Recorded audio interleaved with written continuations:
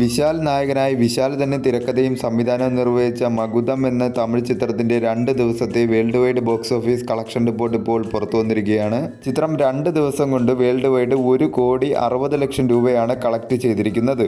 ചിത്രം 2 ദിവസം കൊണ്ട് തന്നെ വേൾഡ് വൈഡ് ബോക്സ് ഓഫീസിൽ വാഷ് ഔട്ട് ആയിരിക്കുകയാണ്. തമിഴ്നാട് ബോക്സ് ഓഫീസിൽ നിന്നും ചിത്രം 2 ദിവസം കൊണ്ട് കളക്ട് ചെയ്തത് 91 ലക്ഷം രൂപയാണ്. ആന്ധ്രാപ്രദേശിൽ നിന്നും 30 ലക്ഷം രൂപയും കർണാടകത്തിൽ നിന്നും 17 ലക്ഷം രൂപയും തെലങ്കാനയിൽ നിന്നും 13 ലക്ഷം രൂപയും കേരളത്തിൽ നിന്നും 5 ലക്ഷം രൂപയും റെസ്റ്റ് ഓഫ് ഇന്ത്യയിൽ നിന്നും 18,000 രൂപയുമാണ് ചിത്രം 2 ദിവസം കൊണ്ട് വേൾഡ് വൈഡ് ബോക്സ് ഓഫീസിൽ നിന്നും കളക്ട് ചെയ്തത്.